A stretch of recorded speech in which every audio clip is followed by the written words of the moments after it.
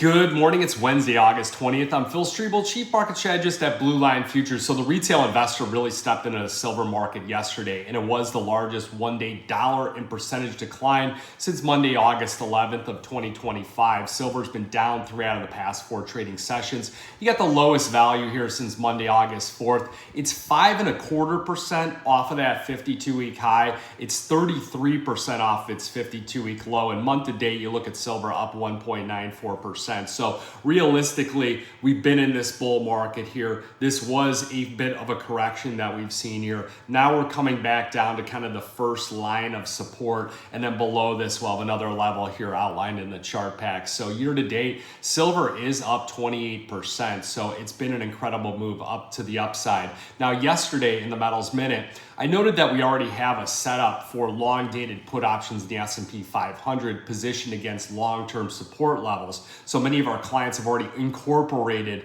those types of puts into their commodities portfolio. So if you're interested in opening up a futures account or trading futures or getting more information on some of the research that we put out, please shoot an email to info@bluelinefutures.com. So when you start to consider meaningful corrections in the market, it's very important to differentiate between perception and reality. So perception often focuses on valuations, feelings, the daily chart in Nvidia, especially regarding the breakdown of this long-term trend line that we're seeing in Nvidia. So do yourself a favor, put up a daily chart on Nvidia and you could draw this upward sloping line that many of the analysts have on their chart, and we had broken through it. Now the reality is that shows that 7 out of 11 sectors yesterday in the broad-based stock market were in the green, suggesting that it was more sector rotation was more likely the cause of the fluctuations. The dramatic decline in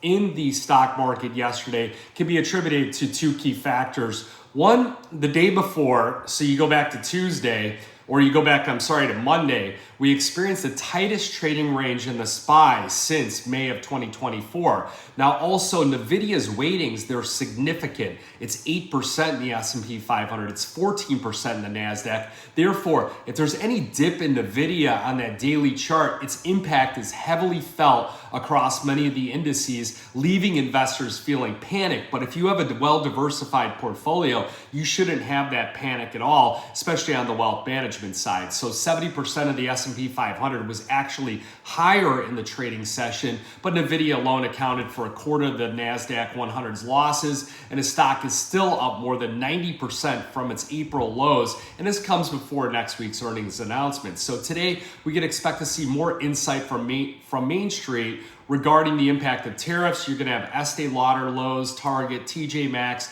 They're all scheduled to report their results here before the bell. So you'll get some fluctuations in the stock market here. Now later, if you're a metals trader, and again, yesterday I outlined why you do really want to pay attention to retail. You want to be observant. You want to be boots on the ground out there. You want to be observing how many homes are being listed for sale in your neighborhood. What's the turnover of that? Are people buying at this level here? Do interest rates need to come down to spark that type of wave of buying? And will that take down some of the shelter aspect of the CPI data and reduce that inflation? So you just want to be more macro and global aware of what's going on, because it's never just one thing, it's everything when it comes to these markets, and specifically the metals markets, because they're impacted by so many different things. So later our attention will shift to the FOMC minutes for clues about the Federal Reserve's policy. Now a couple things here. We will have Fed Governor Waller, he's going to speak here later on today. It's very important to watch him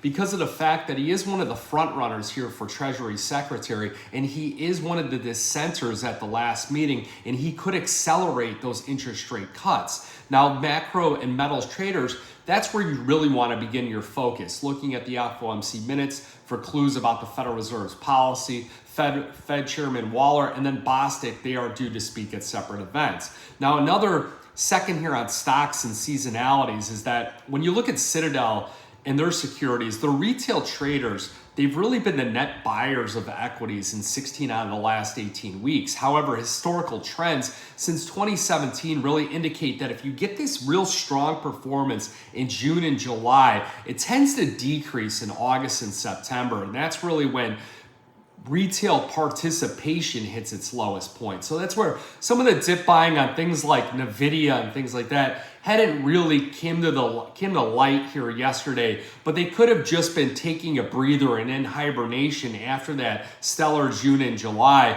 And it's a sell-off like that could be the wake-up call to get them back involved with the markets, because we believe that over the duration of the rest of the year, you're gonna see this stagflation, reflation type of play, which are environments that work well with different areas of the stock indices. So if you look at the market insights, small cap companies are experiencing their best earnings season in quite a while here. The difference between actual and estimated earnings growth has surpassed 12%. And that marks the widest gap since the first quarter of 2022. That's why I'm in favor of the Russell in conjunction with holding NASDAQ into stagflation and reflation environments that are expected for the duration of 2025, while maintaining those longer term S&P 500 put options for your panic attack type moments. Now back to the metals markets, something to note here on the copper market, because copper continues to slide lower. You had that massive devastating sell-off. You had a small bounce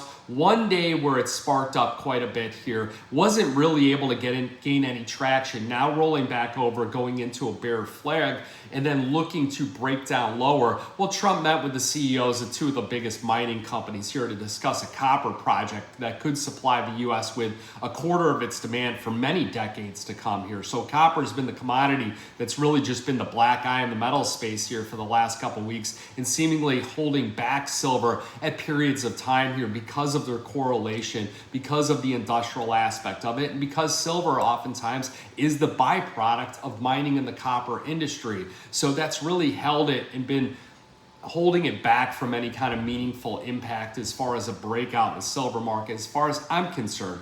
Now looking across other commodity markets, because again, it's not one thing, it's everything. And there's only 27 major commodities. So it's not very difficult to really track and know the insights of what's going on in each one of these different commodities. I suggest perhaps printing off one of the research pieces that we put out on each commodity sector and just reading them on a nightly basis. That'll take you 5 to 15 minutes here, and then you'll be up to speed on basically what's going on in many of these different commodities, because some of the strongest markets out there have been live cattle, feeder cattle. I mean, in the feeder cattle market, they talked about total beef supply in the U.S. expecting to drop 2.5% in 2026 here. That was the lowest since 2019, and it's really what's helped fuel this market and this move higher here in that particular market. Now, many people are looking at longer dated put options and put spreads and things like feeder cattle and live cattle because of the fact that these markets tend to correct once they get to these higher levels. You look at natural gas, it's also been a market where you come out of the summer heating demand,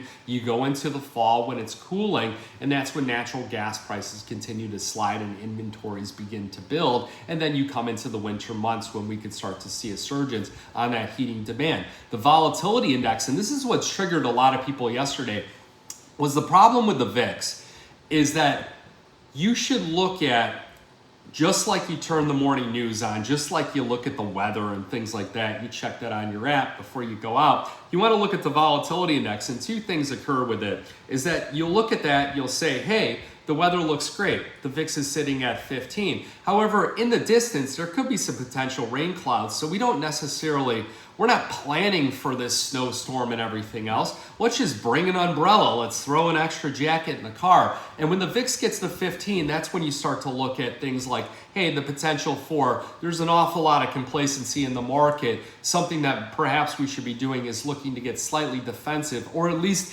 have an idea, identify when you go somewhere, where are the exits at in the room, especially when you enter a concert or a festival or things like that. You want to know, where are these things in case something suddenly occurs, because everything seems to be rosy at the moment. So you get the VIX just going from 15 on up to 18. That's pretty sizable move, but the reality is anywhere below 20 is still an investable bucket that many people could trade in with low degrees of volatility in this market. So just something to be aware of is it hasn't broken out to 21, 25, 30, 40. That's where things are panic and the baby goes out with the bathwater.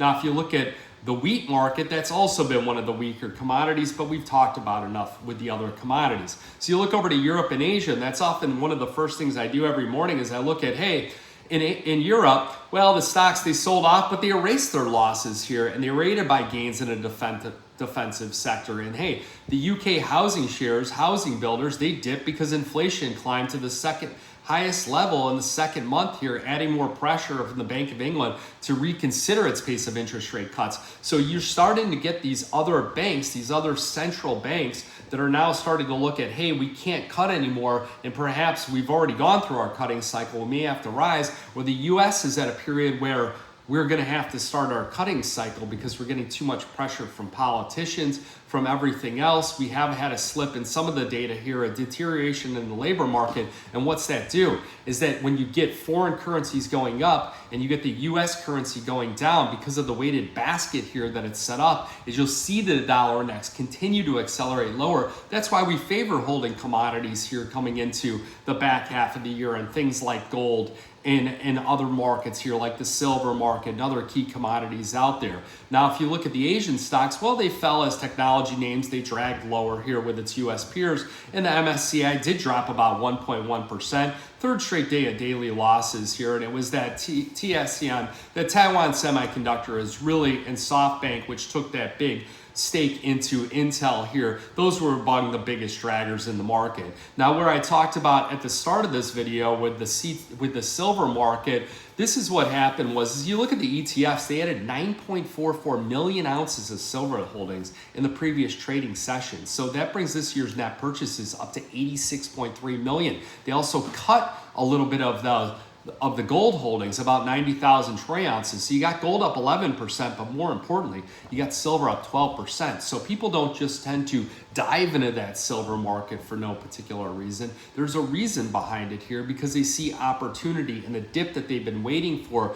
because of the fact that we've come up to what was that old resistance now could be that new support level, and we're coming back into a pocket congestion zone where silver looks to be of an area of interest. Now, the interesting to note on the future side is that when you get lower prices on a silver market, it doesn't necessarily translate into dip buyers, because most of the futures traders out there are panic FOMO buyers that end up buying at the top, chasing the breakout to the upside. That's why it's very important to come back, use some of the tactical ranges you'll look at and see, hey, where are these levels at? Are we making higher highs on the chart, higher lows on the chart? Are we sitting here continuing to see a widening dispersion of some of the volatility ranges in this market? And will I get the opportunity to buy the dip, which oftentimes, if not, comes when you least suspect it? And that's where we had that low level of volatility on Monday, which turned out to be an increasing volatility on Tuesday. So if you guys have any questions, shoot an email to info@bluelinefutures.com. And remember that futures and option trading does involve risk of loss. It may not be suitable to all investors. Good luck, good trading.